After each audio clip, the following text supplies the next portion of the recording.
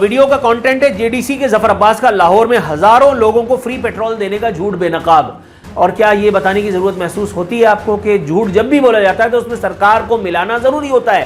جیسے کہ یہاں گورنر ہاؤس میں جو IT سو کالڈ یونیورسٹی کھلی ہے اس میں اچھا تمام منصوبوں کے پیچھے ایک ہی آدمی ظفر عباس.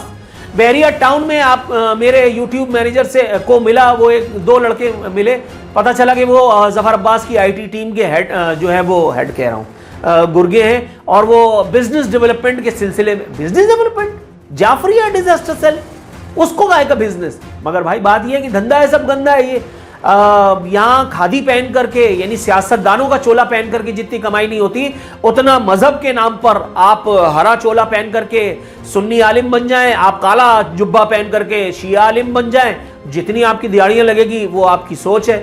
اور اگر یہ بھی نہیں کر سکتے تو آپ ایک NGO کھول لیں, فلاحی امدادی تنظیم کھول لیں, اس کے بعد پھر برطانوی دارالعلوم تک بھی آپ کی ایکسس ہوتی ہے.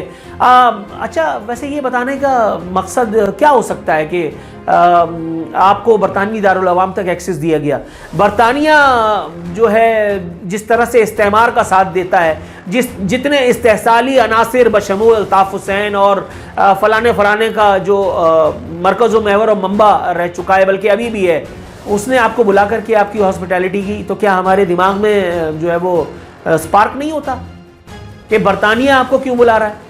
مطلب اتنے سارے لوگ امدادی کارروائیاں کر رہے ہیں, سیلانی بھی کر رہا ہے, تو چیپا بھی کر رہا ہے, تو پیپا بھی کر رہا ہے, تو ٹیپا بھی کر رہا ہے, مگر بلوایا آپ کو گیا کیوں بھائی؟ ایک تو مومن کنیکشن تھا, اور دوسرا سب دھندا ہے پر گندا ہے یہ. اللہ کی پناہ. میں آپ کو ظفر عباس کے نام اعمال کی کچھ اور نیکیاں بتاتا چلوں. اس ونڈو میں آپ دیکھیے, یہ خبر بتا رہی ہے وزیر اعلیٰ سندھ نے مستحق افراد, وزیر اعلیٰ سندھ پرانی خبر ہے, مراد علی شاہ مومن, وزیر اعلیٰ سندھ نے مستحق افراد کی دیکھ بھال کے لیے 4 رکنی کمیٹی. اب اتنا بڑا ٹائیگر, اتنا بڑا فرعون, اتنا بڑا نیکوکار اس سرزمین پہ کون ہے؟ آپ کو یہ بتانے کی ضرورت ہے کہ کورونا کے دنوں میں کھانے کمانے کے لیے جو 4 رکنی کمیٹی بنی تھی اس میں سے ایک ہی حضرت ظفر عباس تھے. مطلب کورونا کے نام پہ مراد علی شاہ سرکار نے جتنا منہ کالا کیا ہے, خود مراد علی شاہ نے جتنا کھایا کمایا ہے, وفاق نے جتنا کھایا کمایا ہے, کیا آپ نہیں جانتے؟ اربوں روپے جو ہے وہ ادھر سے ادھر ہوئے, کیا آپ کو نہیں پتا؟ میں بول نیوز پہ بیٹھ کر کے اس کا باقاعدہ پوسٹ مارٹم گائے بگائے کرتا رہا ہوں اپنے پروگرام میں. 4 افراد ہی تھے جو, اور آپ کو میں ایک بات بتاؤں کہ ظفر عباس کی آنکھیں اس وقت خیرہ ہو گئی تھی جن کو یہ نہیں پتا تھا کہ صوبہ سندھ کو چھوڑو صرف کراچی کی آبادی 3 کروڑ ہے, 2.5 لاکھ راشن بانٹے تھے, صرف 2.5 لاکھ راشن. میرے اپنے پروگرام میں بیٹھ کر کے پیپلز پارٹی کے چیلے, وزیر, گرگے, سینیٹر خود یہ بات بتا چکے, ایکسیپٹ کر چکے کہ 2.5 لاکھ راشن ہم نے کورونا کے دنوں میں بانٹے. صرف کراچی کی آبادی 3 کروڑ تقریباً تجاوز کر چکی ہے, اور پورے صوبے میں 2.5 کروڑ راشن. تو کیا اس سے ظفر عباس کی انورٹڈ کاماز میں کارکردگی یا حسن کارکردگی ثابت نہیں ہوتی؟ میرا خیال ہے کہ اس بات کا جواب آپ کو مل گیا ہوگا. ظفر عباس بھائی سے میری التماس ہے کہ ویسے بھی کہتے ہیں کہ 6 کی کمی نہیں غالب, 1 ڈھونڈو 1000 ملتے ہیں, 6 مطلب چغت.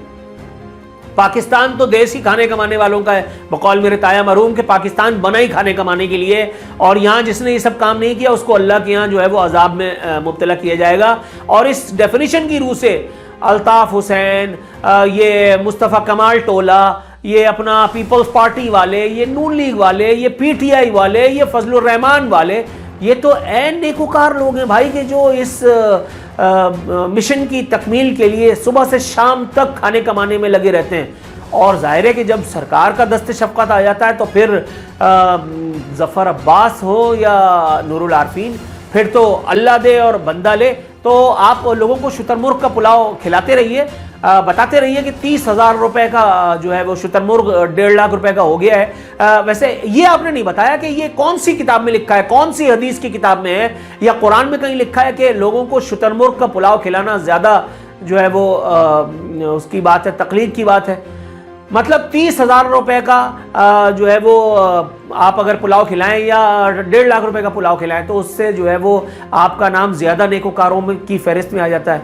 اور بھائی یہ سب کالا دھن وائٹ ہو رہا ہے, مطلب سب جانتے ہیں, آپ بھی جانتے ہو کیونکہ آپ تو خود مطلب آپ سمجھ رہے ہوں گے.